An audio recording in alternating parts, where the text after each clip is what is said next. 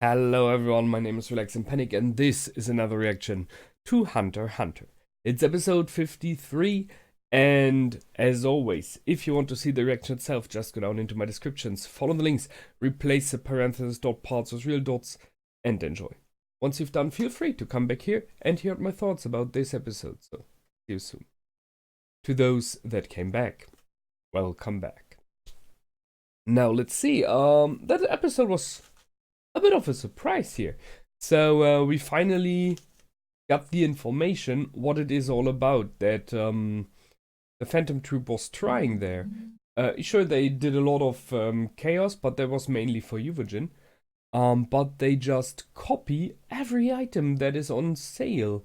And I guess additionally get the money. Thus they control the auctioneer, the Dons are dead now, so possibly they get both.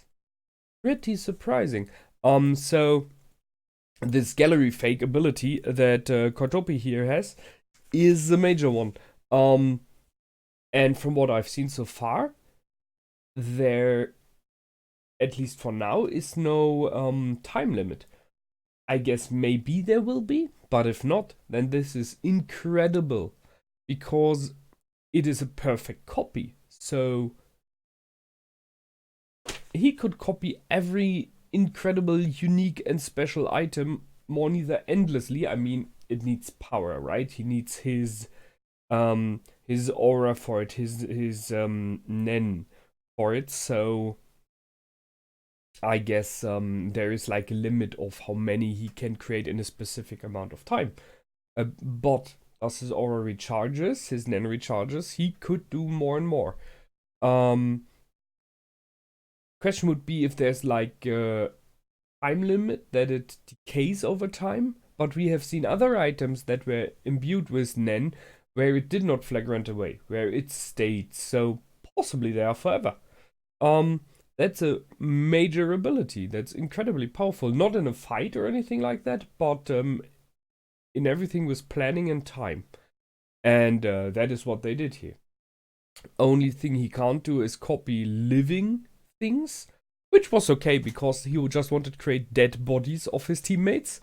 So they have no option to find out the truth, and the spiders can go in hiding whenever they want because they just pop out dead bodies of their own if needed. Wow. That's a good plan. It really is. Sure, someone will realize something's wrong when all the Dons are dead and the auctioneer is dead later on, and they will be like, okay, what's happening? But if the copies stay, they would be like, oh, whatever. And if the copies do not stay, it will be just the icing on the cake, right? So they take both items and money. Top. That's one thing. Then we had Hisoka calling to Kurapika to inform him, I guess. He wanted to comfort him. I guess he would have informed him that they are all still alive. So, and he didn't get the call because he called to Gon. As life is, right? It happens. I guess he will find out sooner or later.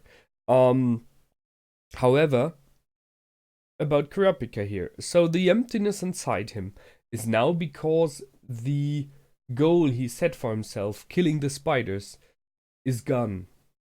Because out of his knowledge, they are dead. So he realizes that he has nothing else to do, and thus he did not even do it himself. Even this goal was taken from him. But even if he would have done it himself, and there we are at going the dark path, right? Cis path. Even if he would have done it himself, what's next? Killing those that killed your friends and family? Sure. You know, blood for blood, eye for eye, all this stuff. But what's next? What's after that? There's no planning here from his side, and I think that is something he has fallen into right now. This darkness, this realization. There is nothing else now, nothing else to go for. You could say kind of that he would have fallen into the same thing after everyone was killed of his family and clan. he possibly was in the same situation. And this anger and this new goal spurred him on and gave him a meaning in life. So, sure, he delayed it. Now he's in the same situation again. And, hey, that's something he has to find a plan for, or his life will end. Because if you have no meaning in life and you feel so down and dark as he is now, so empty, I think the body very often just follows the mind. And if the mind is empty and has nothing to do, then the body will do the same and just say, okay, let's die.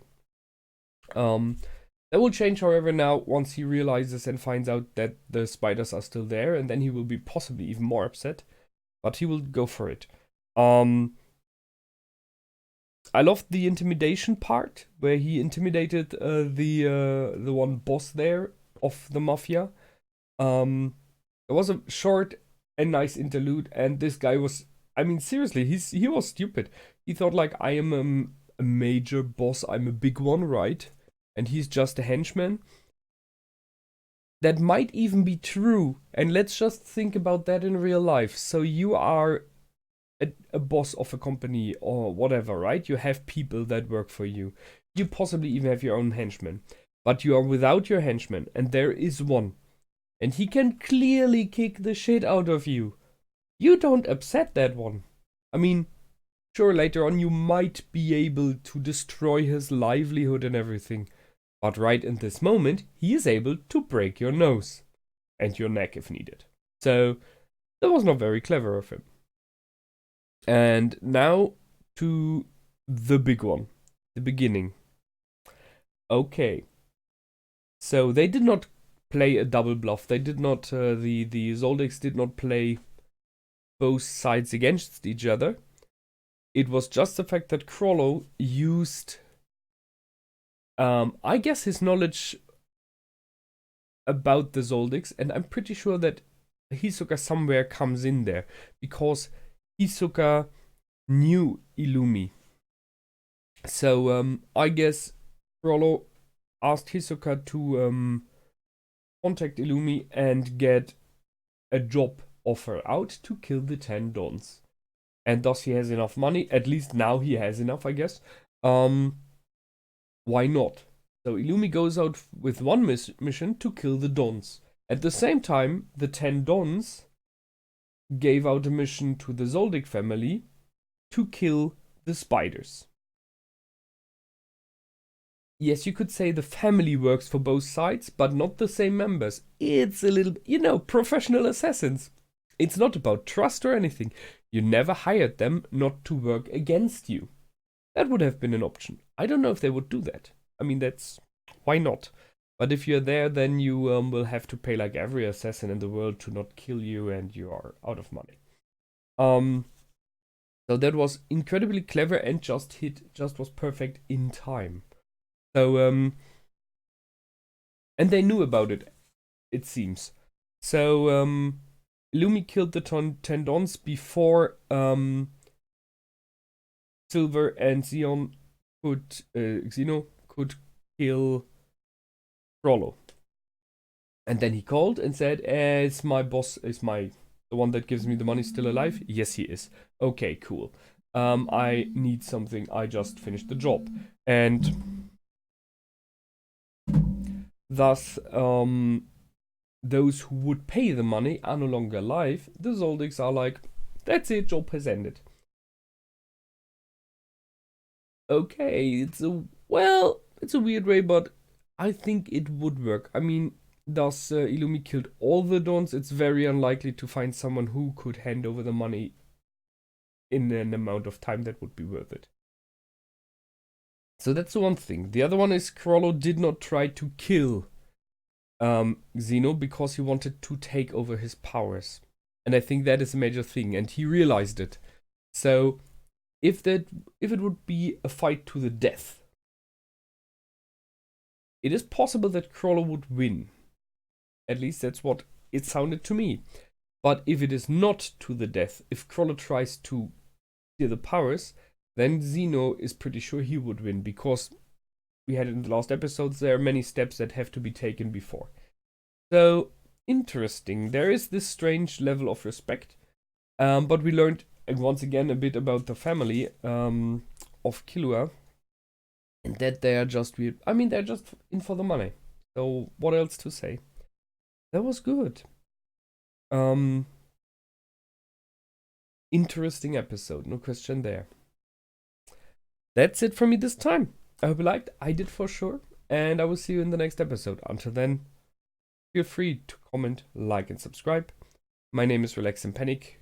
Bye and out.